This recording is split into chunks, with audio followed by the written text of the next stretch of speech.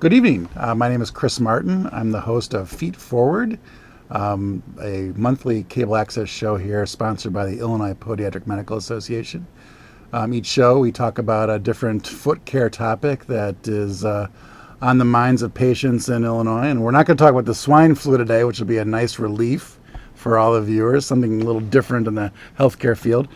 We do have with us Dr. Martin Yorath, who is the chair of the Department of Surgery for the William Scholl College of Podiatric Medicine at the Rosalind Franklin University of Medicine and Science. That's quite a mouthful. Welcome to Feet Forward. Thank you, Chris. Pleasure to be here. You're our first British guest on. I hear. We're very honored. That's why I wore this poplin suit. It's kind of nice, don't you think? Thank you.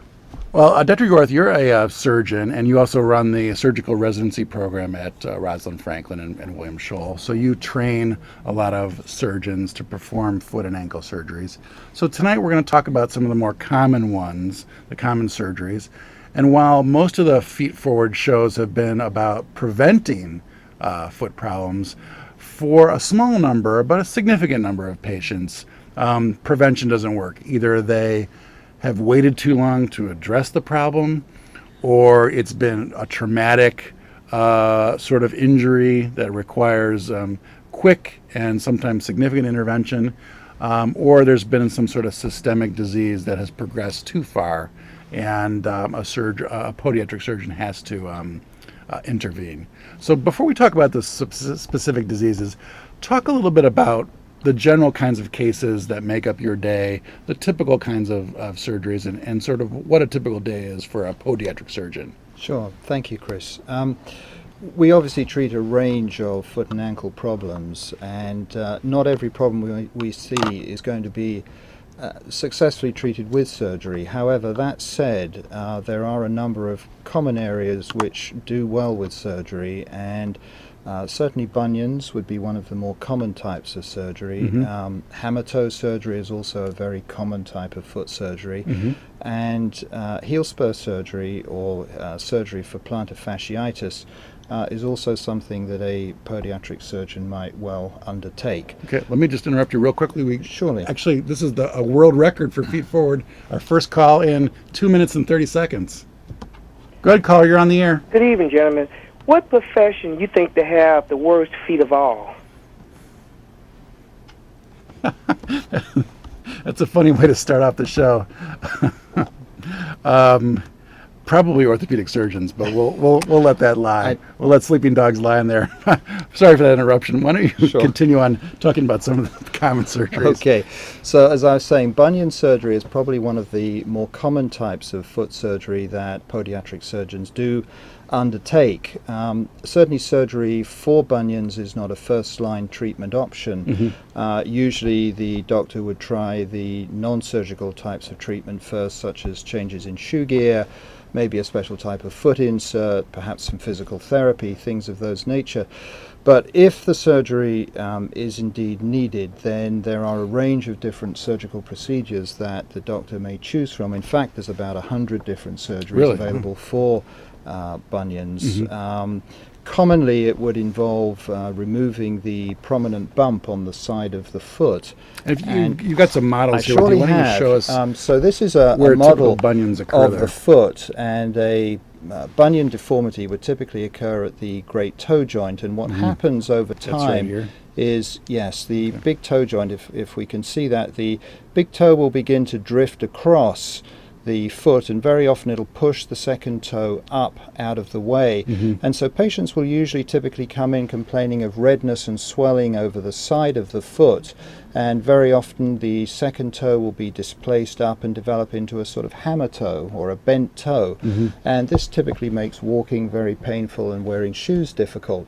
So as we said before, if these type of conditions don't get better with non-surgical treatments, then we would typically look at trying to do something to straighten the big toe out, and usually this would involve us shaving or removing the prominent bump of bone from the side of the foot here, and then using special surgical instruments we can actually surgically break carefully the bone and put it back into a normal angle so that there's less of an angulation between the long metatarsal bone here and the metatarsal bone over here as well.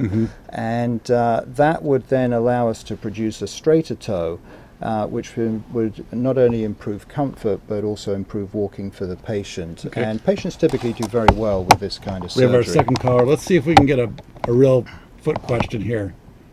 Go ahead, caller, you're on the air. Yes. Good evening, gentlemen. How you doing? Good. A question about hammer toes. Is that hereditary? I was told once before that is hereditary. And number two, what is the procedure of correcting hammer toes with surgery? And let me get out there so I can hear you. Okay. That's a great question. That's actually our second surgery that we're going to talk about. So why don't we just jump ahead and answer the caller's question? Yeah. Thank you for the question. Hammer toes may have a background which is created by abnormal function of the foot, and shoe gear can sometimes aggravate or worsen how bad the hammer toe deformity actually is for the patient. In terms of treatment, yes, it can be treated with surgery, and surgery works very successfully for hammer toes. Once again, there's not just simply one type of surgery for this. There are many surgeries that we can offer a patient. All of them can be done on an outpatient basis, meaning that the patient doesn't have to stay in hospital for any length of time. They can come home on the same day.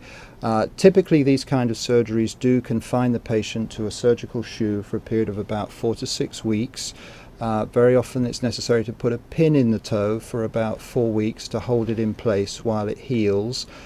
Sometimes physical therapy would be necessary to help the patient rehab after surgery, but they can typically carry on many of their daily functions in a surgical shoe. Obviously, if they're standing for a long time at work, they would have to consider taking some time off work, but they can certainly walk in a shoe and are able to function fairly well. Great. Hopefully that answers that. We're going to go into a little bit more detail about hammer toes. We're going to take another caller now, though. Go ahead. You're on the air with Feet Forward. Yes. I had a quick question about ingrown toenails. I did have hammer toe, and I had the surgery. They cut the bone out, but now there's no toe, no nail growing on that toe, on those small toes. It seems like now when a little bit of the nail grows in on any of the toes, it just seems to throw my whole gait off as I walk. Unless I get that either filed down or clipped off really close. Is there anything to prevent that, or is that going to lead into something more severe if it's left untreated? No, it isn't going to lead into anything more serious. One should always, I think, go back and see the doctor for further follow-up treatment if there's any pain or problems walking following surgery. But typically hammer toe surgery wouldn't interfere with anything in terms of nail function or nail growth. So obviously we're not able to actually diagnose your problem over the air right now, but we would certainly recommend you following up with your treating doctor and seeing what further treatment can be offered in that kind of scenario. And there's a website in the background here of the IPMA where you can call and